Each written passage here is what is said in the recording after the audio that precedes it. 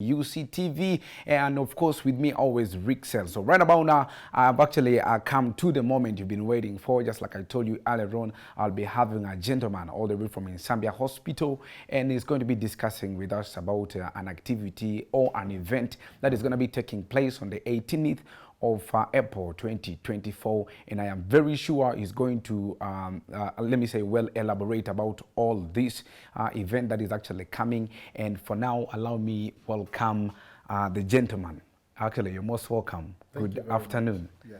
Welcome to UCTV. Thank you very much. Actually, it's a privilege having you today. Yesterday, when we had a conversation offset about this activity, I felt it was very, very important for you to come and address, especially to the person watching UCTV right now. Yes. But without wasting any time, I would love you to first introduce yourself. Okay, I'm Dr. Andrew Ssekitooleko, the Chief Executive Officer of St. Francis Hospital Nsambya, commonly known as Nsambya Hospital. Definitely. I was even going to ask, like, some people, by the way, when you're grabbing maybe a surfboarder or an Uber, you mean, like, take me to St. Francis. Yes. Which side is that? But when you say take me to Nsambya Hospital, correct, the person pictures it already briefly. Okay, so Dr. Andrew, today talking about what has brought us here. Let me first allow you to break down about actually the grand opening, let me call it like that, of this new ward, and also the activity itself, the whole event. Okay, thanks. Maybe details. So the event is an annual health assembly. An annual health assembly is an event that happens once a year. And the hospital, Nsambya Hospital, is owned by the Catholic Church, the Catholic Archdiocese of Kampala. Okay. But it serves the people. And every once a year, we get an opportunity for the public to give us feedback, how they feel or they find the services, what works for them, what is difficult. The hospital is also growing.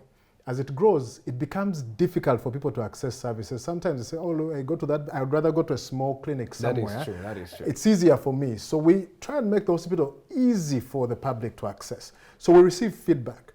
So the board will be there, management will be there, but also the trustees, that's the Archbishop himself and his advisors or the other trustees will be there to listen to the public. What are people saying about our hospital? Okay. The second part is that the hospital will then be giving back to the public. On that very day? On that very day. So we do offer free services. People have been coming. It's a paying hospital. And you spend money in the hospital. But today we're saying we'll offer free services which are within reasonable means for us. Remember, we have to make the income to run the hospital. Okay. That day we've put aside lab tests, we've put medication, we've put some tests, you know, ultrasound and so on, and doctors, a list of doctors. Nsambya is a super specialized hospital, quite in the country. That is true. And a number of people don't know the services. A number of people actually will leave Uganda and go to another country and leave Nsambya here. So and I would love to maybe ask if you could tell somebody who might be green about this, some of those services. I know there are quite very many, but maybe some of those common and major ones. So the thing is that we take care of adults, male and female, and we call that internal medicine. But in internal medicine, we take care of the heart, the kidney, the brain. So we call that nephrology, that's care for the kidney. We even do dialysis. If your kidney is spoiled, there's a machine that can replace the kidney. That's dialysis, and that's quite advanced. We'll take care of the brain, that's a neurologist, if there's a stroke and things like that. The heart, cardiologist. Okay, so we'll keep going through the different specialities. That's the adult medicine. So we then have joint diseases, we call that rheumatology. And then myself, I do practice something called geriatrics, which is for the elderly or older adults. Okay. Older adults fall sick uniquely. They have many diseases in one. So those are all specialties. And we have those for children. We have those for the little tiny babies. We call that neonatology. Okay. And neonatology is a discipline that takes care of babies below 1 kilo. You know, in that range, they're very little babies. Okay, then we have sickle cell, chest clinic. These are children. Diabetes clinic. These are specialties for children. For children, and even kidney specialists for children, heart specialists for children, brain specialists for children. So you see, that's super specialized, not just children, but all those smaller diseases. Then we go to women. Okay. So we do women health. We can diagnose babies inside the womb and tell you your baby has a heart disease or a kidney disease before the baby is even born. Before the baby is born, and we can actually make interventions for that. Wow! So that is, you know, fetal medicine. We have medicine for what we call fertility, so helping mothers who are having challenges in conceiving. Okay. And then that's in obstetrics. We also do cancer care in women. So that's women. And then we do surgery, which is quite huge.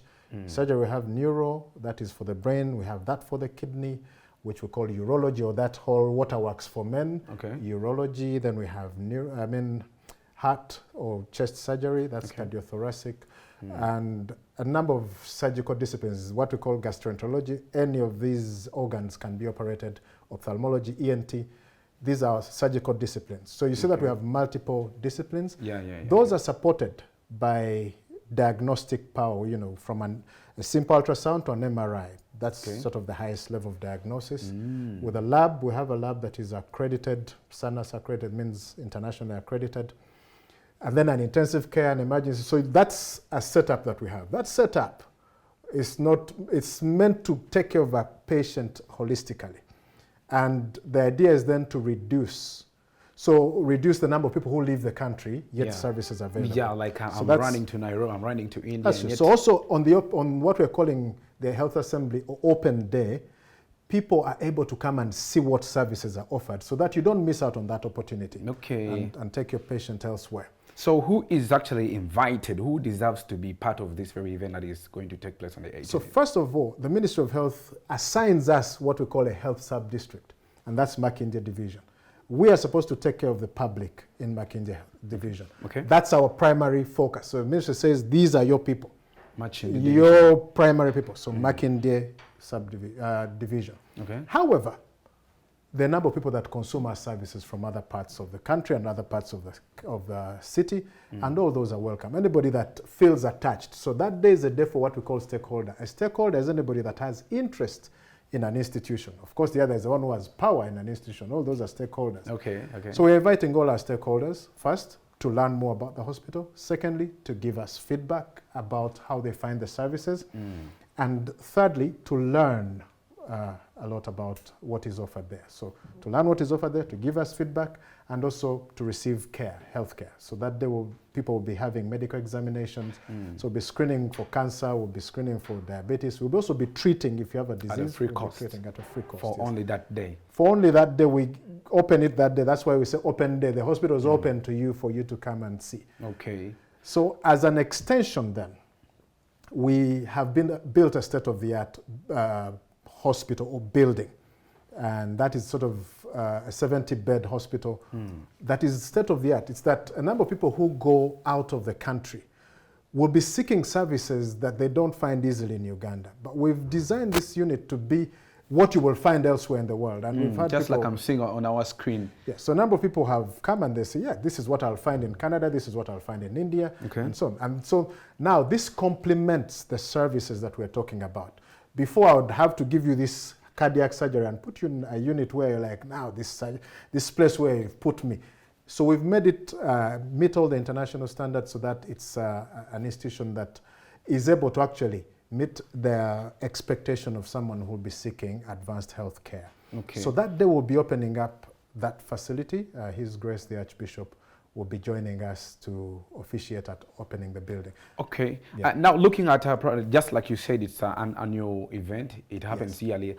Looking at how it went last year, what was the biggest achievement that the hospital gained when that day actually was? So what we did last year was first to launch our strategic plan. We told, when a new management normally comes in or a new leader comes in, he has to again at the assembly introduce himself. So that was the day I got launched out. I came in during COVID quietly. So during the COVID years, we did not do the assembly. So last year was the first assembly after COVID, and I was introduced to the public, but then I also shared what the visions were. Wow. And so you will see that the theme we've chosen today is harnessing technology to improve client experiences. And one of the things I've come up with, we put in the strategic plan together with management and board, was to say that we want to use more of the technology. We want people to access us through their phones and apps. You can book an appointment on the phone. Your data shouldn't be something of, you know, when you go most times to the hospital, you'll find queues. And those queues are not really for patient care, but people recording your name, your name. So when I was saying, you know, you could do that actually when you're home. You can just put all of that data, put and arrive, and we expect you. Okay. Wow. So we've chosen that theme. And so from last year, we launched the digitalization of the hospital. And today we are pleased to say that a big chunk of the hospital has gone digital. And, you know, you will come in, things are happening. By the way, have there been like many people now who use the digital format of booking services? Not as yet, because again, this is the day we would want people to know how to consume that. So people need to be sensitized. Okay. A lot of payments, wherever you go, are cashless. So we want to introduce cashless payment. A number of people, you're queuing up to give cash to somebody, but we're saying, look, in the queue, you can make a payment, just like you will pay for a flight or anything like that. And that's what very we're advanced. Launching here. Very so probably in case somebody wants to make inquiries and how they can reach there that day, there are specific social media handles or as well contacts that they can actually ring on? So, well, those are displayed on the screen right now. Okay. So our social media handles are there. The numbers to contact have also been displayed for people. So in case you're there, you can reach on www.nsambyahospital.or.ug, and you can also ring on, that is 0414267012 or 0414267013, or as well you can ring on Airtel, that is 0703 374-192, or as well on MTN 0764209967, or probably any other number that is not on the banner here. Those will suffice, I believe. Those will suffice for most. Okay, so now probably as we're winding up, I want you to today educate that person who is playing with its life or her life. Yes. In that there are very many people, they can be like, I'm feeling some kind of headache, I'm feeling a bit of stomach, but they don't even bother to check what is really their problem. Then they hurry and then go to these small clinics, buy a medicine, and swallow when you don't even know what are you really treating. Well, you sort of nailed it all in that by saying, yes, to keep healthy, number one, we must be conscious of our health. Okay. We must listen to our body, we must feel. So any day you feel something that is unusual to you, so that may be a headache, it may be fatigue, maybe like I feel more tired than usual. That's the time to ask out and ask a professional, seek medical advice from wherever you find it comfortable. Ask somebody to check you out. What's going on? And many times they'll say nothing is wrong, and surely nothing is wrong. So then a lot of people these days, you've heard me mention our dialysis unit and kidney problem. A number of people are taking medications that by the time they reach us in the hospital, their kidneys are harmed. And a number of people have feared the liver, but very few people are fearing the kidney. The kidney is quite an organ that easily gets damaged by simple drugs like your brufen, your diclofenac. You can easily just hit your kidneys if you didn't know.